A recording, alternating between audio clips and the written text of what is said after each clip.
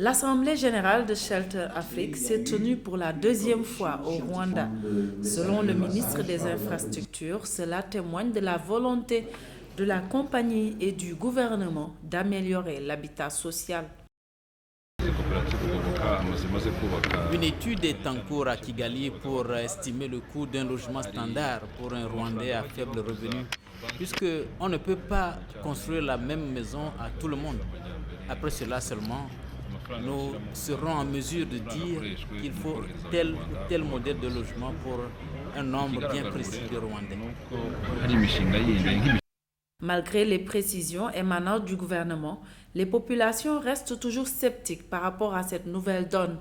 Elles accusent plutôt les autorités de vouloir construire des maisons rien que pour les riches.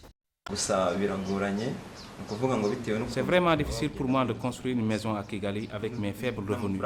Je crois que le gouvernement devrait plutôt assister les gens à moyens revenus en leur construisant des maisons qu'ils paieront dans le long terme.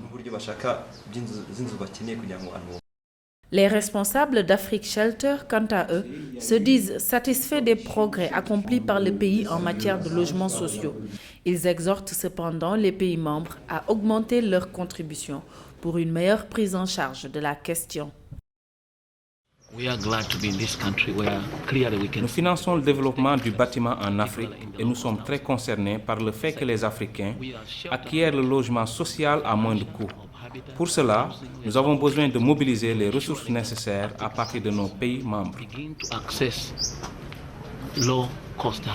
Au Rwanda, l'exode rural et l'urbanisation galopante ont contribué à la multiplication des quartiers spontanés et autres bidonvilles.